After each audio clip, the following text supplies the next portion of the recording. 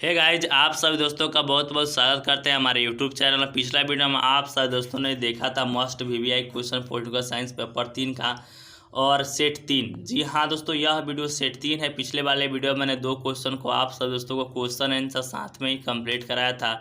ज़्यादा वीडियो लंबा ना हो जाने के कारण मैंने उस वीडियो को वहीं पे स्टॉप किया था। इस वीडियो में आप क्वेश्चन नंबर 3, 4, 5 जो वीवीआई क्वेश्चन है उसके बारे में जानेंगे। ठीक है, ये है सेट 3। आइए जानते हैं। क्वेश्चन नंबर जो फर्स्ट था, कल मैंने बताया था भारतीय संविधान अर्थसंघात्मक है, टिप्पणी करना है। ये तो फर्स्ट क्वेश्चन था जिसमें पॉइंट आंसर कर मैंने बताया। दूसरा नंबर क्वेश्चन था भारतीय संविधान में दिए गए समानता के अधिकारों का वर्णन करें।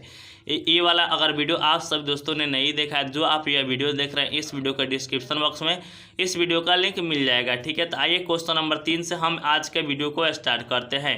क्वेश्चन नंबर 3 में दोस्तों दिया गया है, मौलिक अधिकारों से आप क्या समझते हैं? भारतीय नागरिकों को कौन कौन से मौलिक अधिकार हैं, आइए जानते हैं। ये वीवीआई क्वेश्चन है दोस्तों। ठीक है, तो चलिए जानते हैं मौलिक अधिकार से आप क्या समझते हैं। ठीक है, मौलिक अधिकार वह अधिकार है जो मनुष्य के सामाजिक जीवन में अंतर्निहित है और जिन्हें राज्य के जीवन का आधार स्तंभ स्वीकार करते हैं।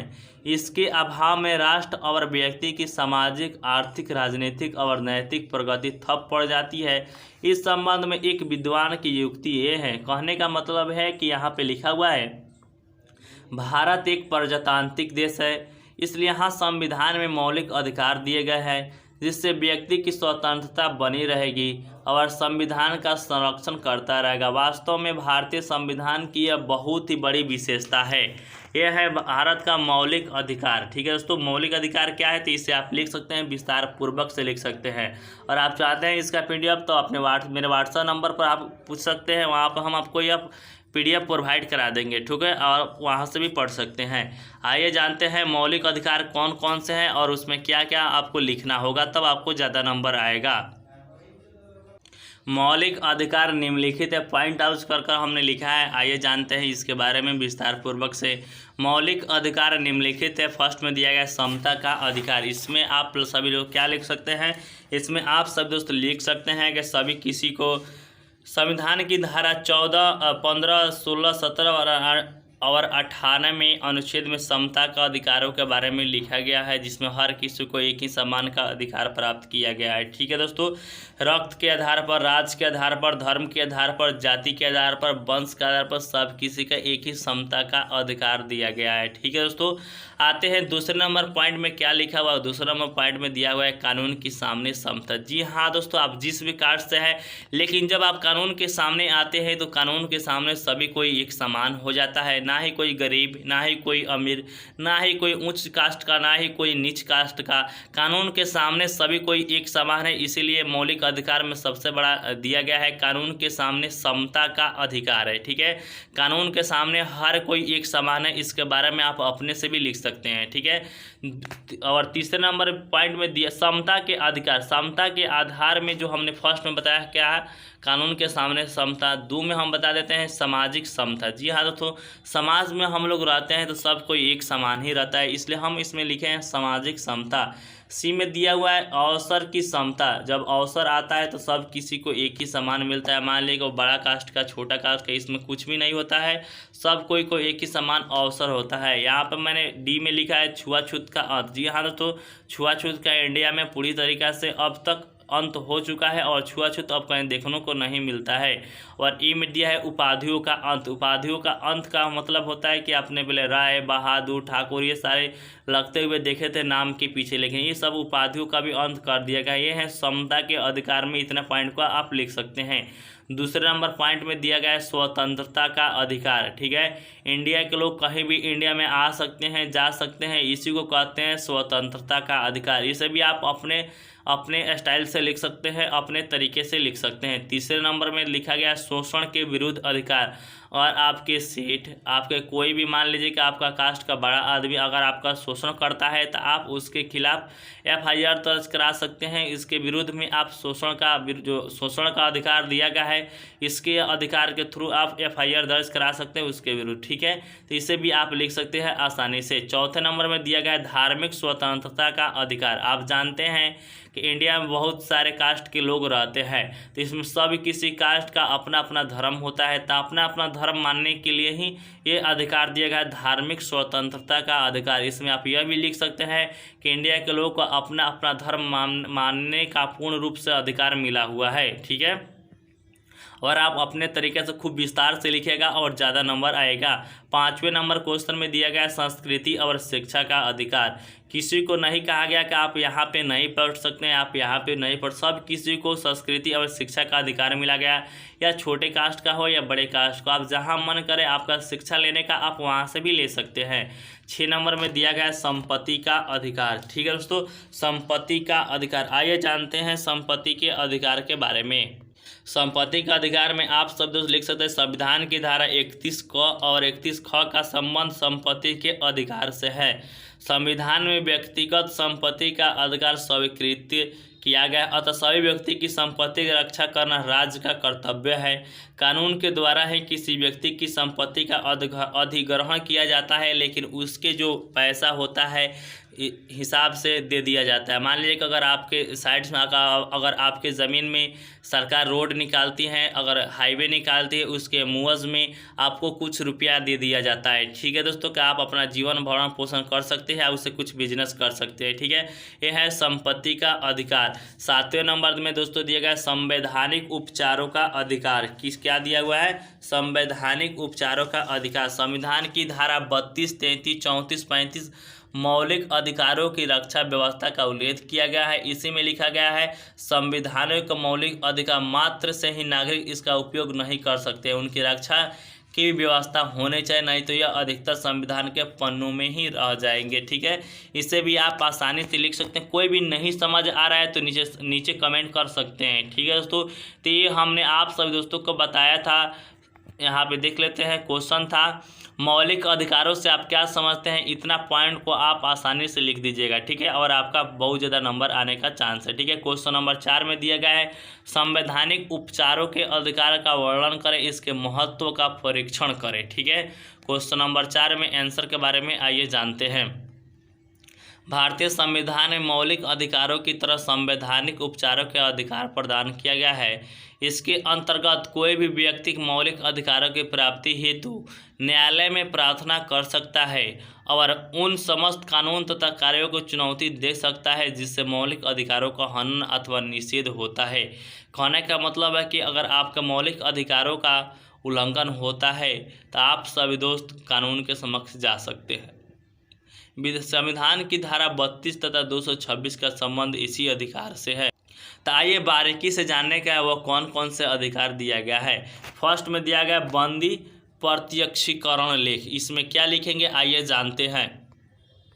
तो इसमें आप सब दोस्त लिख सकते हैं। कहने का मतलब है कि अगर आप ऐसे ही मान लीजिए कि पुलिस आपको पकड़ ले तो करना क्या होगा, बंदी प्रत्यक्षीकरण लेख के थ्रू आप मामला दर्ज करा सकते हैं। कोई भी पुलिस गैर कानूनी ढंग से आपको बंदी बना ले, जब बंदी बना ले तो आपको क्या करना है, न्यायालय से समझे कि बंदी को वास्तव में ही गैर कानूनी ढंग से बंदी कराया गया है तो उसको मुक्त किया जा सकता है। ठीक है दोस्तों, आपको अगर दंड देते हैं पुलिस वाले तो ये सब गलत बात है। इसी में आता है बंदी प्रत्यक्षीकरण लेख। ठीक है, अगर पुलिस आपसे ज्यादती करे तो इसे भी आप बंदी प्रत्यक्षीकरण लेख में डाल सकते हैं। ठीक है दोस्तों, यह बहुत ही अच्छा पॉइंट दिया गया है। मान लीजिए कोई गलती से आपको खिलाफ FIR झूठा FIR दर्ज करा दे तो यही सब आता है बंदी प्रत्यक्षीकरण लेख। इसमें आप जाते हैं और छूट कर आते हैं विदा। ठीक है दोस्तों, ये सब आता है किसमें, बंदी प्रत्यक्षीकरण लेख में। अब आते हैं दूसरे नंबर पॉइंट में परमादेश लेख। तो परमादेश लेख क्या है, इसमें क्या है आइए जानते हैं। मान लीजिए अगर आपका सरकारी नौकरी लग जाए, अगर किसी को लगे कि आप अच्छा से काम नहीं कर रहे हैं तो एक लेटर देकर आपका जो है उसको रिजाइन करवा सकता है दोस्तों। ठीक है, तो ये किस में आता है, परमादेश लेख में आता है दोस्तों। ठीक है, एक लेख देकर आपको नौकरी से बर्खास्त भी करा सकता है। इसलिए आप अगर सरकारी नौकरी लेंगे तो आप अच्छा से काम कीजिएगा दोस्तों। किस में आता है, परमादेश लेख। अब आता है तीसरे नंबर में प्रतिषेध लेख। आइए जानते हैं इसके विरुद्ध में क्या है। कहने का मतलब इस आदेश या लेख का अर्थ है रोकना। या मनाही करना। यदि कोई कर्मचारी या संस्था कोई ऐसा कार्य कर रहा है जिससे उसे अधिकार नहीं है और इससे किसी को मौलिक अधिकार का हनन होता है तो वह व्यक्ति न्यायालय में प्रार्थना पत्र दे सकता है और न्यायालय अनुभव करे कि कर्मचारी या अधिकारी या संस्था अपने अधिकार क्षेत्र से बाहर जा रहा है तो कानून की प्रक्रिया के विरुद्ध जाकर वह प्रतिषेध लेख जारी कर उसे ऐसा करने से मना कर सकता है। ठीक है। चौथे नंबर क्वेश्चन में दिया गया है अधिकार परीक्षा लेख। अधिकार परीक्षा लेख क्या है? तो कहने का मतलब है अगर आप नौकरी लेते हैं लेकिन गलत तरीका से ले लेते हैं और किसी को पता चल जाए कि गलत तरीका से अगर नौकरी लिया है तो उसके खिलाफ अधिकार परीक्षा लेख लिखकर दे सकता है और आप नौकरी से बर्खास्त कर सकते हैं। ऐसा आप वहाँ काम बिल्कुल मत कीजिए। जैसे कहने का मतलब होता है कि आप एग्ज़ाम देने जाते हैं लेकिन अपने एग्ज़ाम अपने नाम के स्थान पर किसी दूसरे लड़का को बैठा देते हैं, यही होता है अधिकार परीक्षा लेख। ठीक है। तो आप ऐसा बिल्कुल मत कीजिएगा। देखिए कितना बढ़िया एग्जाम्पल हमने आप सब दोस्तों को समझाने के लिए दिया है। पाँचवें नंबर क्वेश्चन में दिया गया है उत्प्रेषण लेख। इसका अर्थ है पूर्णतः सूचित करो। यदि आपको पता चले कि वह आदमी गलत किया है तो आप सब पूर्णतः आपको लिखकर उसको न्यायालय में दिया जाता है, उसको सूचित किया जाता है सरकार को। ठीक है। ये आता है किसमें? उत्प्रेषण लेख के अंतर्गत आता है। इन सब पॉइंटों के आधार पर ये सब जो अधिकार दिया गया है संवैधानिक उपचारों के अधिकार में दिया गया है दोस्तों। ठीक है। तो आइए जानते हैं आज का सबसे VVI क्वेश्चन और सबसे महत्वपूर्ण क्वेश्चन। ठीक है। पाँचवें नंबर क्वेश्चन में दिया भारत संविधान के संशोधन की विभिन्न प्रक्रिया का वर्णन करें। भारतीय संविधान में कैसे संशोधन होता है, आइए बारीकी से जानते हैं। तो आंसर में क्या लिखेंगे? भारतीय संविधान में संशोधन की कई प्रक्रिया को अपनाया गया है। भारतीय संविधान के जनक डॉक्टर अंबेडकर के मत के अनुसार संविधान की 3 प्रक्रिया है जो निम्नलिखित है। कौन कौन सी प्रक्रिया है, आइए जानते हैं। एक दिया गया है संसद के साधारण बहुमत से, संसद के विशेष बहुमत से संशोधन, राज्य के विधानमंडल की स्वीकृति से संशोधन। ठीक है। इंडिया में 3 प्रकार से भारतीय संविधान में संशोधन होता है दोस्तों। ठीक है। तो आइए जानते हैं इसके बारे में और आप सब दोस्तों को समझाने का प्रयास करते हैं क्या है और कैसे लिखेंगे हम इस क्वेश्चन को। संसद के साधारण बहुमत में आप सब दोस्त लिख सकते हैं। संसद के साधारण बहुमत से जो संशोधन होता है वह बहुत सरल है। धारा 368 के अनुसार संविधान का अधिकांश भाग संसद की सभी सदस्य संख्या के सामान्य बहुमत तथा उपस्थित एवं मत देने वाले सदस्यों की 2/3 बहुमत से संशोधित हो सकता है। कहने का मतलब है कि अगर आप 3 आदमी हैं, 3 आदमी 2 आदमी सपोर्ट कर दे अगर आपके बिल को तो आपको पास करा दिया जाता है। राष्ट्रपति उस पर अगर सिग्नेचर कर दे तो आपका बिल पास हो जाता है संसद में और संविधान में संशोधन हो जाता है। ठीक है दोस्तों, ये तो बहुत आसान है। आइए जानते हैं दूसरे नंबर में दिया है संसद के विशेष बहुमत से। ठीक है दोस्तों, अगर संसद में विशेष बहुमत मिल जाए किसी बिल को पास कराने के लिए, संविधान में संशोधन करने के लिए, तो वहाँ से भी संसद लोग मान लीजिए वोट करेंगे। मान लीजिए अगर मैंने 5 आदमी है तो 5 आदमी में 3 आदमी सपोर्ट कर दे तो आपका जो बिल होता है वह संसद में पास हो जाता है, जिसके अनुसार आप संशोधन करा सकते हैं संविधान में। तीसरे नंबर पॉइंट में दिया है राज्य के विधानमंडल की स्वीकृति से संशोधन। तो ये क्या है, आइए जानते हैं इसके बारे में। तो कहने का मतलब है कि राज्य के विधानमंडल की स्वीकृति में क्या लिखेंगे, आइए जानते हैं दोस्तों। ठीक है। इस प्रक्रिया के मुताबिक संविधान में संशोधन का विधेयक केंद्रीय संसद के दोनों सदनों के 2/3 बहुमत से पास हो जाने के बाद कम से कम 50% राज्य के विधानमंडलों द्वारा स्वीकार कर लेने के बाद ही राष्ट्रपति की मंजूरी मिलती है, जिसके बाद संविधान में संशोधन किया जा सकता है। राज्य के विधानमंडल की स्वीकृति से संशोधन हो सकता है दोस्तों। ठीक है। तो ये था राज्य के विधानमंडल की स्वीकृति से संशोधन। इसे आप अपने हिसाब से भी लिख सकते हैं। अगर आप सब दोस्तों को यह PDF चाहिए तो आप हमारे व्हाट्सअप नंबर पर, आप जानते हैं व्हाट्सअप नंबर क्या है, उस पर आप अपना नाम और अपने सेशन का नाम लिख दीजिएगा, हम आपको सेंड कर देंगे यह PDF। ठीक है। तो नेक्स्ट वीडियो में हम बात करने वाले हैं ऑनर्स पेपर 4 का बारे में दोस्तों। तो मिलते हैं वहीं वीडियो लेकर, तब तक के लिए जय हिंद, जय भारत।